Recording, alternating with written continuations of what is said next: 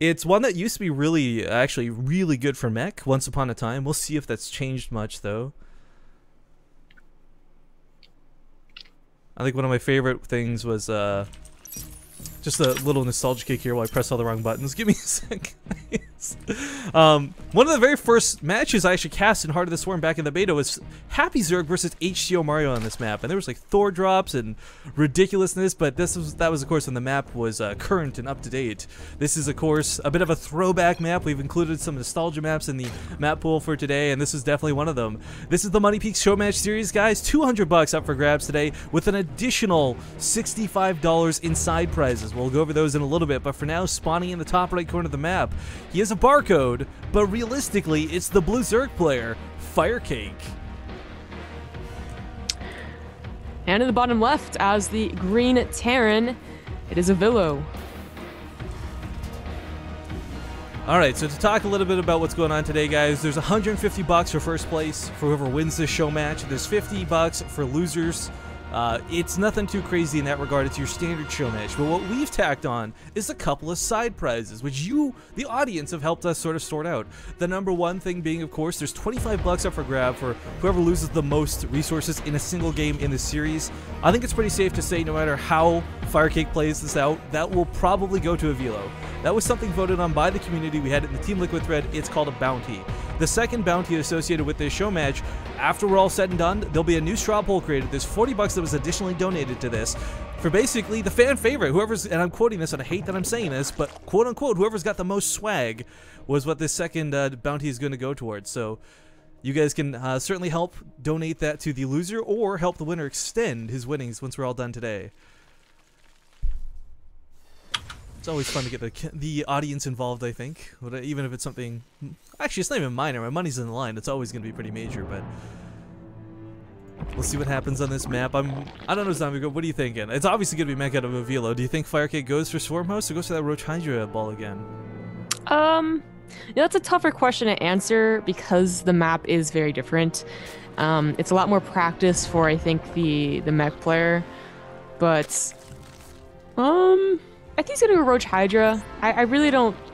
I don't know. I get the feeling he doesn't really want to go for, like, total Swarm Host, like, you know, 50-minute game. But, yeah, I don't know. I guess it'll depend on how the early game goes, if it gets shut down again. Because you remember that Avilo really did not start off that game very well. No, that was like, the 4 Banshees going down was a cool move, but unfortunately they shut down. Yeah, so that, you know, depending on how much of a blow he takes in the early game or not, is going to really affect how both players play the game. I mean, we talked about the map and maybe the composition being off for Avilo, but it really was that early game too. He had like, he was so down in supply. I think he was down by like 60 supply at one point or something. It was insane. But well, part of why I brought that question up was for those obviously not privy to the lobby. You know, Avilo kind of made some jokes. He, as much as I'm sure he didn't love losing, he had a lighthearted attitude saying, okay, that was a test, that was the warm-up, I'm ready to go now. And Firecake responds with, okay, then this time I go Broodlord. Oh, did he? I didn't see that part. Yeah. I actually, the funny thing about that though is Broodlords actually wouldn't be too bad considering it is daybreak. There's, First blood. Let's catch that in the middle of the map. But there's these awkward maneuvering ramps down here, right? Like, you can set your Swarm Host in the middle of the map, take down these rocks, and kind of lay siege to 1 or 2 bases at a time, but it's really difficult to have one magic space that can hit all 3 of Avilo's bases at the same time. Maybe up here in the northern spot, but if it gets to that point, you're so exposed with your Swarm Host, getting towards the top left or that 3rd base is going to become increasingly difficult. Oh, buddy hatchery tricks again. I like this move so much. Like, we saw how big of a deal creep dominance was last game, and this is where it all starts. Yeah. Interesting that he chose there. I guess he's really planning for the long game. You know, last time it seemed very clear that it was in front of the 3rd base, you know, to get a wall if he needed one. Here it's like he definitely wants to start that creep going all around, like not just at the 3rd base, which actually this was one of the maps where Nest T, back when he was still making his plays, I mean, he's still actually pretty good. He's a WCSNA, but he, like, I don't want to say he invented it, but he really made it obvious that you should always spread your creep at your 3rd, especially against a Protoss player. I remember like I was a Zerg player back then, and I was like, oh my god! Then it sees the pylon that they're putting down. They're so smart. Zombie Grub's epiphany moment. I love that epiphanies when it came to Zerg, because I was like gold. So Well, there's a lot of things to improve on. I want to talk about something here really quick that I'm a bit worried about here for Avilo. So we see this full supply depot coming off, right? This is not at all unsurprising. This is how Terran works. But this is something where if you're going to get it down quickly like this, it should have been down like, I almost feel like 30 seconds a minute ago, because that's when the Roach all-in kind of comes across the map, if that's what he was expecting. But being delayed like this, safe, of course, is always going to be the prerogative. And this will keep any sort of, not all in, but Roaches at bay for the time being. And there are going to be Roaches coming out. Whether Firecake wants to actually go and attack with them is going to be another question altogether. Typically, as a Zerg player, it's always nice to have, like, you know, 5 or 8 Roaches out to deal with any potential Hellions. Make sure no run-bys, no shenanigans early on. We're gonna have Hellbat drops, which was scouted. Oh, is this going to be 4 at a time without Blue Flame? It is going to be 4 at a time without Blue Flame. Yeah, Okay. so he didn't scout the armory, I think, but seeing a reactor on a medevac or on a starport that early, it's like they're not going to be doing double Vikings, Hellions, or something, right? Like, right, but this is kind of like a throwback attack. Like, you know, it's always Blue Flame Hellion drops, right? Like the last time you saw 4 Hellbats drop at a time was before they nerfed them. yeah, that's true. I mean, I see some Terrans try and bring it back because it is more of that surprise element after a while, but I don't want to say like it's been entirely like figured out either. I think if he drops like on the left, on the right too, the drone's gonna have nowhere to run. It's so hard to like coordinate that attack though. Actually, he's just gonna go straight for the Roaches. Oh, I like this micro. I like that micro, Yeah. picking up the low Hellbats, putting them back inside the medevac. Of course, healing going to go on. And for those who don't know, Hellbats, they don't have any bonus damage versus Roaches, but they've got like a base attack of 20. Roaches hit for like 18. No, sorry, 16. So, I mean, technically, Hellbats can win a fight, but they don't have range is the problem. Yeah, the problem right here. Ooh, he's getting quite some worker kills to start off, but this is going to be the end of the drop, sadly. And only 6 do go down, losing both the medevacs. That's something if you lose the Hellbats, that's fine. Those are minerals. As a mech player, you have disposable mineral income. You're supposed to get the medevacs out alive after you drop off.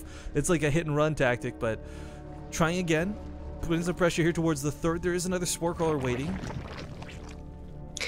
Yeah, that's the best defense back when it was really, really powerful was a Spore and a Spine on each base. Yes. Like that made you really, really safe.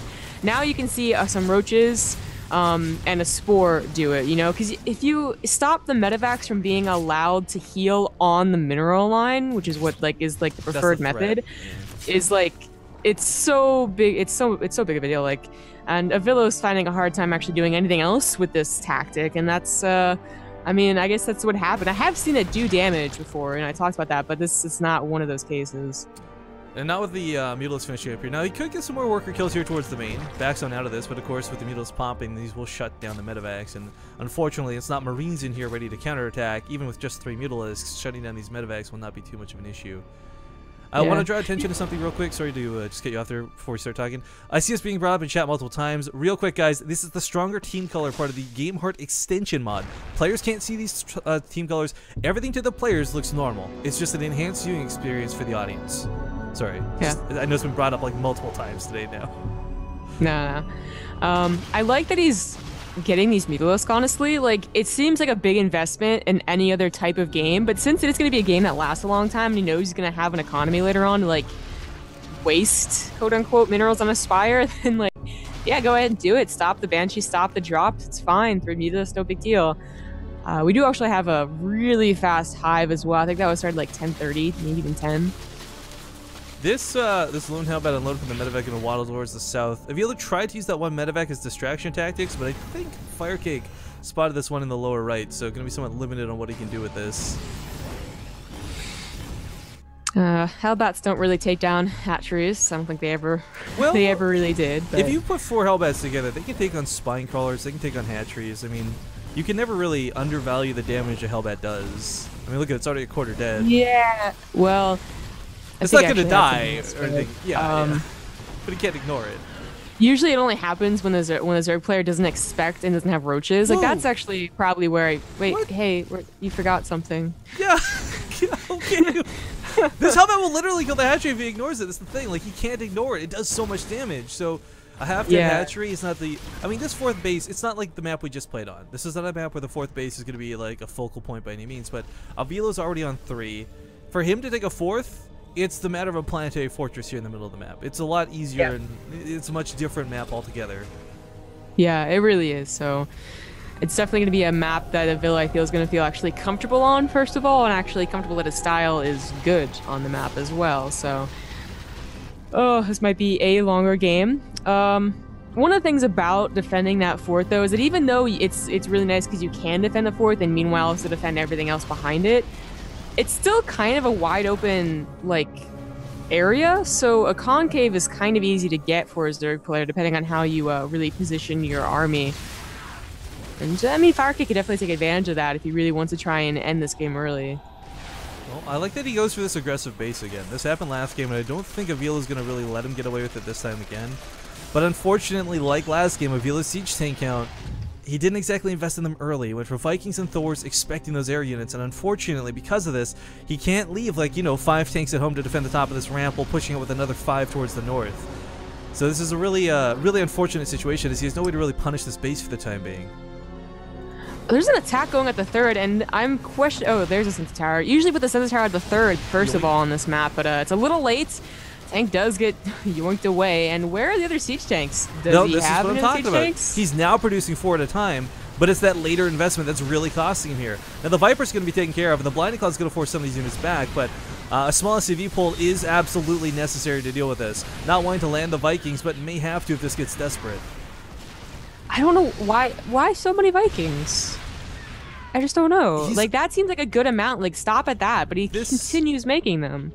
Well, this is because, and I think this is more of a North America thing than a European thing, which is what's really catching him off guard, is like, typically you'll see Corruptors and Broodlords open this matchup, and I think that's what Avilo is playing for. I mean, you look at his vision right now, despite the drops, he doesn't have the most scouting information. Like, he's not constantly scanning, he's not sending in additional, like, Hellions to run by to the main to see what the tech swap's going to be, so playing this a little bit blind, I think, is probably his greatest weakness in this series so far.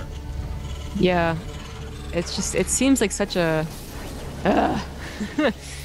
It's, I don't know. I really wish he had more tanks. So now we're in the same position where he's having difficulty getting a 4th, and it's because he cannot get maxed. Like, I feel like at this point he would want to be maxed right now. Maybe not with the best army because there will be so many Vikings, but at least maxed, you know, and pushing out and taking that 4th. Now pushing out down a ramp into a concave, it's a lot harder. Like, he wanted to take that 4th a while ago and get that nice and set up.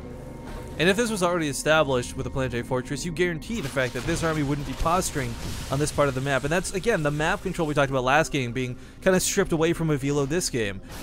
The Viking count is really nice, but they're, again, I don't want to call them useless per se, but they're not here to perform a job that they're meant to be doing. There's no Corruptors for them to fend off. The Viper count is so overwhelmingly large that even if he picks off 3 or 4 with that initial volley, there's still going to be 3 or 4 abducts that fly off. Some Blinding Clouds will come down as well. I mean, as a Zerg player, you typically have, like, what, 3 or 4 Vipers? It's really not a lot, so the Viking Terran can deal with it pretty easily.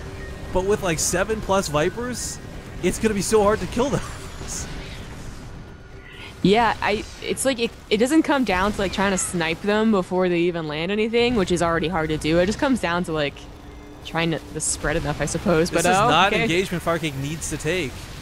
But with the Blinding Clouds, he moves in. Yeah. Vipers, last couple of Vipers being cleaned up by the Vikings, but of course there's lots of Hydros and Roaches underneath this. Siege tanks are sieged a little bit late, and the Hellbats and Thors are doing what they can to hold this. Vikings are landed. This is looking to be already very desperate for Avilo, and the Auto Turret even comes down. But he holds. Yeah, he holds. He does. But it's holding enough, yeah. This is... It probably isn't, to be honest. Not with the Ultra Swap. He needs more tanks so badly. Yeah, like, great that your Vikings actually killed all those Vipers. It was actually really great, because that's a lot of gas for Firecake, but you lost most of your ground army. I don't know if that was worth... I don't know if it was worth it. It's worth noting, too, both players have very similar resources lost, but as a Terran player going mech 2, like, you're supposed to be, at this point, ahead in the resources lost. It's when Swarm Hosts come out that you really start falling behind. So while this looks like even trading so far this game, guys, it is not. And don't begin to think it is. Because a lot of this comes down to the economy of Firecake going to be able to out-bully that of Avilo. He has a good position now. You know, it's still very viable for a concave, and actually... doesn't even try and posture, just runs in so many Blinding Clouds. There's actually no getting out of that. The Vikings get out of it, but that's not too helpful. Unfortunately, the Thor's going to go down too. Where were those medevacs from earlier? A quick hot pickup would have been fantastic there, but One medevac loads up a couple helmets to go for a bit of a drop, but Avilo at this point is already in dire straits, and good game is going to be called. Game number 2 will go to Firecake. Yeah, and you know, even in that game, it was even like worse of a composition because he didn't have any Ravens, right? Yeah, I mean, this maybe is... like one? I kind of, like, at this point, I'm just wondering if Avilo's picking up on the fact that he needs siege tanks, you know? But ironically enough, it'll be like that one game where where his opponent goes Broodlord Infestor or something. I think right now, if I'm not going to message Avilo, guys, it's not my place as a caster, but if I was like his coach on the sideline, I would be like, look, you need to scout more. Even if it's burning a scan, you need to find out what your opponent's doing, because make no mistake, guys, that's the #1 thing that's really hurting him right now. Like, not knowing what's coming. I kind of feel his pain though. As a Terran player in general, like tech switches are the hardest thing to catch up on. It was actually a really big problem. But especially as a mech player, tech switches can be really, really hard to catch up on. So the fact that like you're already denying Broodlords might be like a safe haven, I guess. Like, well, at least he isn't going Broodlords.